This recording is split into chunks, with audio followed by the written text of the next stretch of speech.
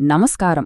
తులరాశివారికి మే 17 నుండి 23, 2026 వరకు జరగబోయే ఒక అద్భుతమైన గ్రహ పరివర్తన విశ్లేషణకు స్వాగతం. ఈ వారం తులరాశివారి జీవితంలో ఒక పెద్ద మార్పు, అక్షరాల ఒక పునర్జన్మలాంటి పరివర్తన జరగబోతోందని ఆధారాలు స్పష్టంగా సూచిస్తున్నాయి. ఆకాశంలో గ్రహాల కూర్పు అంత తీవ్రంగా ఉందన్నమాట. సరే, ఇక ఆలస్యం చేయకుండా ఈ ఆసక్తికరమైన విషయాల్లోకి డైవ్ చేద్దాం. ఈ విశ్లేషణలో మనం ప్రధానంగా గ్రహాల స్థానాలు, వృత్తి మరియు ఆర్థిక విషయాలు, వ్యక్తిగత జీవితం మరియు ఆరోగ్యం, ఆ తర్వాత బ్యాలెన్స్ తీసుకొచ్చే పరిహారాలు మరియు చివరగా వారం మొత్తానికి సంబంధించిన కీలకమైన సారాంశాన్ని ఫటాఫట్ చూసేద్దాం. ముందుగా ఈ అద్భుత పరివర్తనకు కారణమైన ఆ గ్రహస్థానాలు ఎలా ఉన్నాయో ఒకసారి చూద్దాం. జ్యోతిష్యశాస్త్రంలో అష్టమస్థానం అంటే 8వ ఇల్లు. సాధారణంగా దీని పేరు వినగానే చాలామంది భయపడిపోతుంటారు కదా. కానీ ఇది కేవలం రహస్యాలకు మాత్రమే కాదు, లోతైన పరివర్తనకు, గుప్త జ్ఞానానికి, ఒక పునర్జన్మలాంటి మార్పుకు కేంద్రం. ఇప్పుడు ఇక్కడ సూర్యుడు, గురుడు, బుధుడు ఒక్కచోట చేరడం వల్ల మనలోని భయాన్ని ఒక ఆధ్యాత్మిక శక్తిగా ఎలా మార్చుకోవచ్చో ఈ వారం మనకు స్పష్టంగా తెలియజేస్తోంది. సరే, గ్రహాలు ఎక్కడెక్కడ కొలువయి ఉన్నాయో ఒకసారి క్విట్టుగా చూద్దాం. తులరాశ్యాధిపతి అయిన శుక్రుడు 7వ స్థానంలో అద్భుతంగా ఉన్నాడు. ఇక అష్టమ స్థానంలో సూర్యుడు, గురుడు, బుధుడు ఉంటే, కుజుడు 9వ స్థానంలో ఉండి అదృష్టాన్ని పంచుతున్నాడు. శని 5వ స్థానంలో వక్రగతిలో ఉన్నాడు. రాహు 6లో, కేతువు 12లో ఉన్నారు. అసలు పాయింట్ ఏంటంటే, 8వ స్థానంలో ఉన్న ఆ తీవ్రమైన ఎనర్జీని మన రాశ్యాధిపతి శుక్రుడు ఎలా బ్యాలెన్స్ చేస్తున్నాడు అన్నదే ఈ వారం అస్సలు సిసలైన ట్విస్ట్. ఇక ఇప్పుడు మన వృత్తి, ఆర్థిక విషయాలు అంటే కెరీర్ మరియు వ్యాపారం పరంగా ఈ గ్రహాల ప్రభావం ఎలా ఉండబోతోందో గమనిద్దాం. ఇక్కడ మీకు ఒక ఇంట్రెస్టింగ్ కాంట్రాస్ట్ కనిపిస్తోంది. ఒకవైపు చూస్తే న్యాయవాద వృత్తి, ఫ్యాషన్, డిజైన్ రంగాల్లో ఉన్నవారికి, విదేశీ వ్యాపార సంబంధాలున్నవారికి లాభాలు ఒక రేంజ్లో రాబోతున్నాయి. కానీ ఇంకోవైపు అష్టమ స్థానంలో బుధుడు వక్రగతిలో ఉన్నాడు కదా, దీనివల్ల ఆఫీస్లో కమ్యూనికేషన్ గ్యాప్స్, చిన్న చిన్న అపోహలు వచ్చే ఛాన్సుంది. అందుకే ఈ సమయంలో కొత్త అప్పుల జోలికి అస్సలు వెళ్ళకండి. ముఖ్యంగా షేర్ మార్కెట్ లేదా క్రిప్టో లాంటి వాటికి ఈ వారం కాస్త దూరంగా ఉండటమే కరెక్ట్. ఇక్కడ మీరు ఖచ్చితంగా గుర్తుపెట్టుకోవాల్సిన డేట్ ఒకటుంది. అదే మే 23.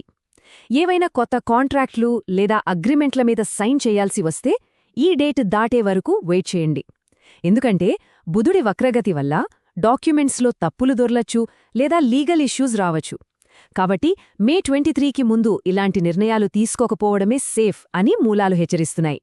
కానీ ఆర్థిక ప్రయోజనాల విషయానికి వస్తే మాత్రం మే 19వ తేదీ ఒక గోల్డెన్ డే లాంటిది.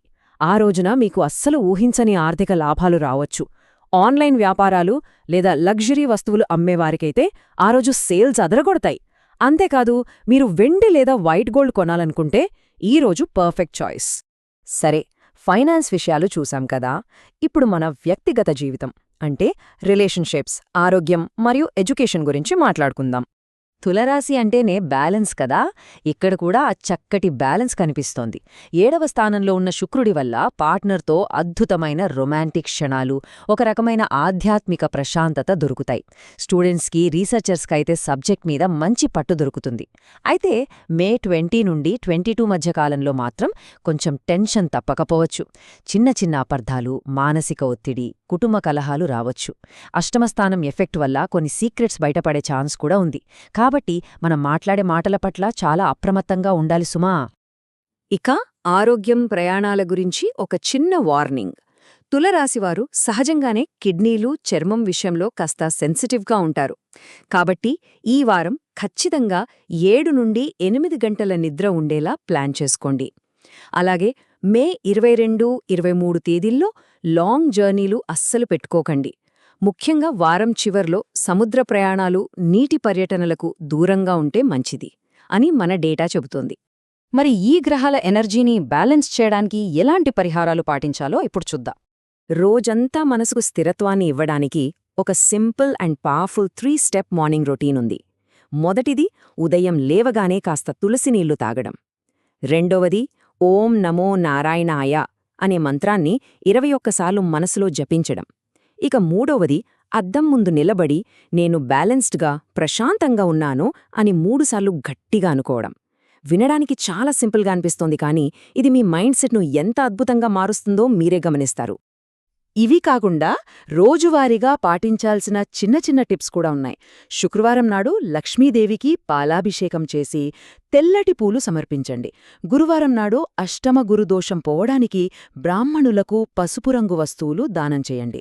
శని ప్రభావం తగ్గించడానికి శనివారం నాడు నువ్వుల నూనె దీపం వెలిగించి వీలైతే పేదలకు నీలం రంగు బట్టలివ్వండి. ఇక కమ్యూనికేషన్ ప్రాబ్లమ్స్ రాకుండా ఉండాలంటే బుధవారం నాడు ఆవులకు పచ్చిగడ్డి తినిపించండి. ఇవన్నీ మన చుట్టూ ఉన్న నెగటివ్ ఎనర్జీని ఖచ్చితంగా క్లియర్ చేస్తాయి.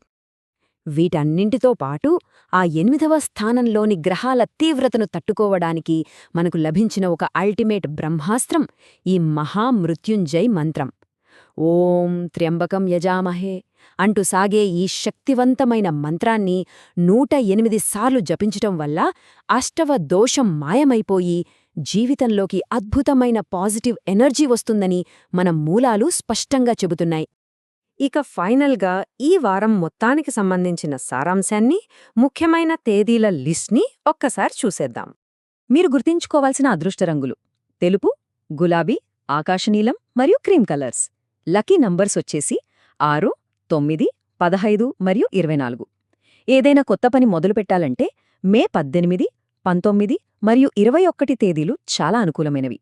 కానీ కొంచెం జాగ్రత్తగా ఉండాల్సిన తేదీలు ఏవంటే మే 20, 22 మరియు 23. కావాలంటే ఈ విషయాలను మీరు ఒకచోట నోట్ చేసి పెట్టుకోండి, మీకు చాలా యూజ్ అవుతుంది. ఫైనల్గా ఈ విశ్లేషణ మనల్ని అడుగుతున్న ఒకే ఒక ప్రశ్న ఏంటంటే, ఈ పరివర్తనను చూసి మనం భయపడతామా లేదా దాన్ని ఒక కొత్త శక్తిగా మలుచుకుంటామా? తులారాశివారు అంటేనే బ్యాలెన్స్కి పెట్టింది పేరు కదా. ఈ వారం జరగబోయే ఈ మార్పులను భయంతో కాకుండా ఒక నూతన జన్మలాగా ఫీలవుతూ బ్యాలెన్స్డ్గా తీసుకుంటే విజయం ఖచ్చితంగా మీ సొంతమవుతుంది. గ్రహాలు మనకొక బ్లూప్రింట్ మాత్రమే ఇస్తాయి, దాన్ని ఎలా మలుచుకోవాలో మన చేతుల్లోనే ఉంది. ఈ అద్భుతమైన పరివర్తనను ధైర్యంగా ఆహ్వానించండి. All the best.